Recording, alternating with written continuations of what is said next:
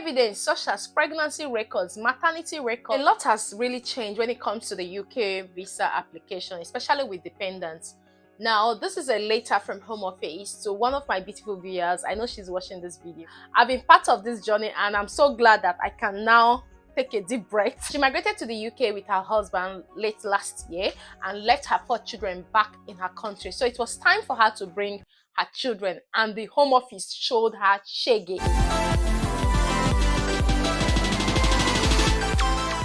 Hey guys, welcome back to my channel. My name is Fajira. If you're joining me for the very first time, I'm so happy to have you all in our beautiful family. For my returning subscribers, thank you for always coming back to watch my videos. I really do appreciate.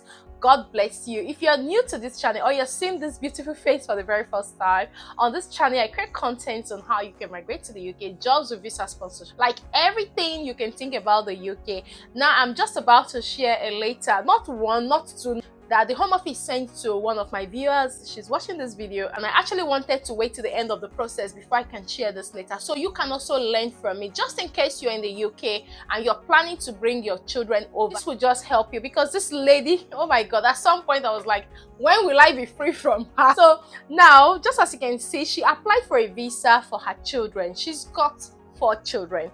Initially, I didn't even know that 2 of the children were not her biological children and 2 were her biological children. That's to say, she's a very good woman. She came to this country as a care worker with her husband without coming with the 4 children. You know, traveling the first time with the whole family can be very stressful. So they came to sort out things to go back to get them. So at the point they were ready to go get their children from their country, the Home Office started requesting for all kinds of documents. I will just share that with you. So just in case you're here and you're planning to go bring your children to the UK, you have to be prepared. So at any point they send any of this requirement, you already have it handy.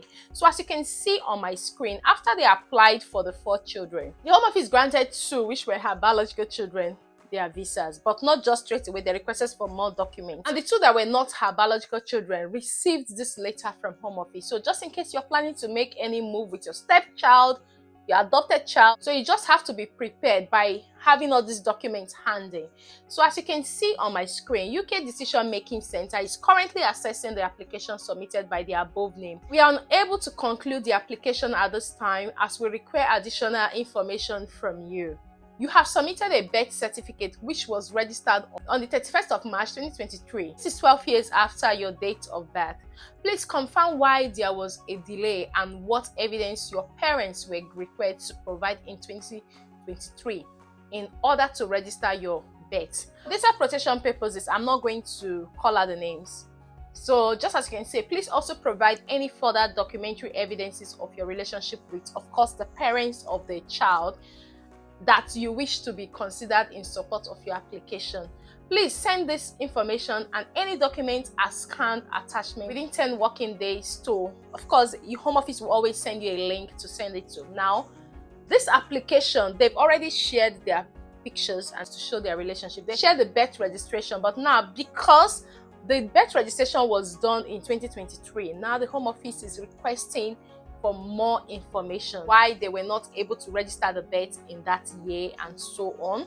The Home Office went ahead now to send a second letter. The UK Decision Making Center is currently assessing the application submitted by the above name. We are unable to conclude the application at this time as we require additional information. Please provide the following document: your mother's official death certificate. When the Home Office sent the first email, this family responded to Home Office and also explained that these 2 children, their mom had passed on. That was why they were not able to register their birth in the year they were born. Home Office now requested in the second letter, as you can see, after a few days, and she provided their mother's official death certificate to the Home Office, but the Home Office were still not convinced. Bear in mind that the husband, who is already in the UK, is also the father of those children. She's not taking these children to any other person. Now, just in case you're already in the UK and you're planning to apply for a visa for your dependent, you know exactly what to do. Home Office went ahead to send the 3rd letter, as you can see on my screen. The UK Decision Making Center is currently assessing the application submitted by the above name. We note that in your application, you have stated that you are intending to join or accompany your parents in the UK.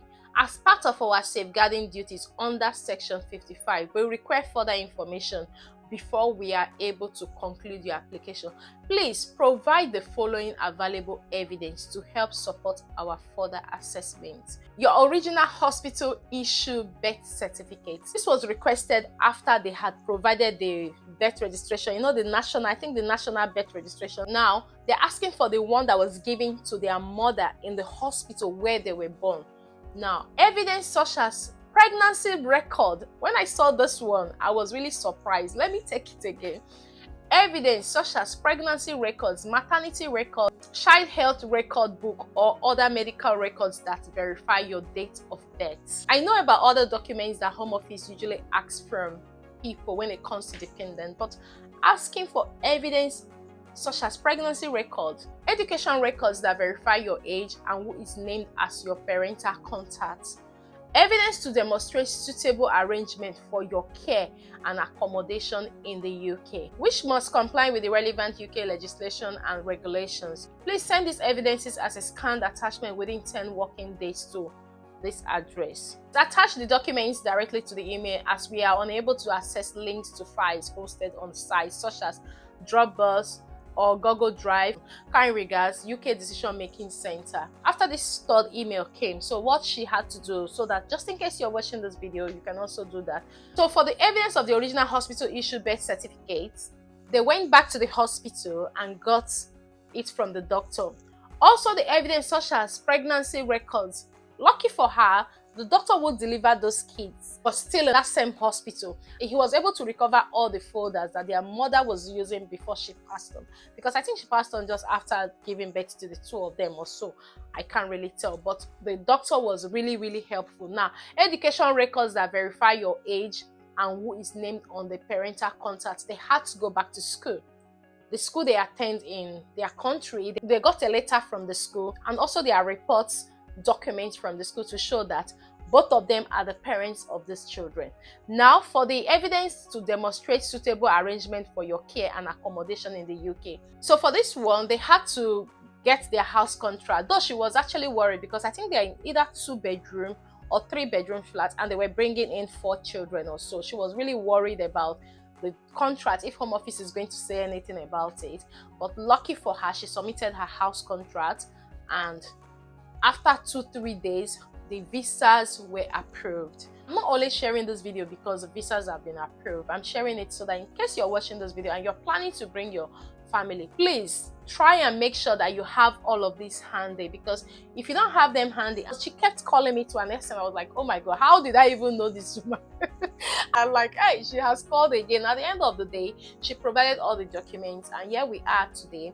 The kids have got their visas, even the one that are hers and her stepchildren have gotten their visas, and they'll be moving to the UK to join them soon. So please, if you're planning to bring your children, especially when they are not your direct children, make sure that you have every document that shows that this child now legally belongs to you. Even before they requested for all of this, they also attached pictures, because during her wedding with their father, they were part of the flower girls, attached all the pictures, explained, but Home Office still went ahead to request for other documents because they were not convinced. So please, if you're planning to bring your family, if you are already in the UK and you're planning to bring your family as your dependents, try and make sure that you meet all the requirements. Have every document, anything you think that they may ask you, make sure you have them so that you don't get your visa refused. Let's assume that she was not able to provide all these documents. Asking an applicant to provide the maternity record of their dead parents regarding their birth is like, for me,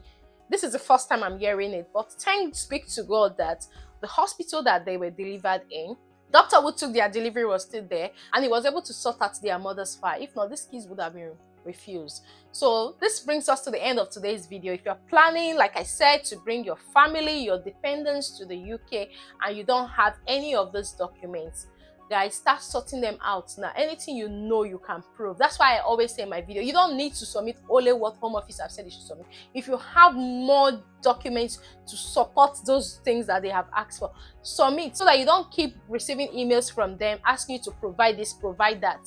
I remember each time she looks at the Home Office email, she will call me, hey Fajira, they've asked me to do this. Oh, it can be really, really stressful. So if you have it from the start, just make sure you do with it, submit everything, and hope for the best. Hope you find this video helpful, and if you do find this video helpful, please do like and share with your friends and loved ones. I'm sure other people will also find it helpful as well. And until I see you in my next video, guys, do take care and have a lovely day. Thank you very much for watching. Bye bye for now.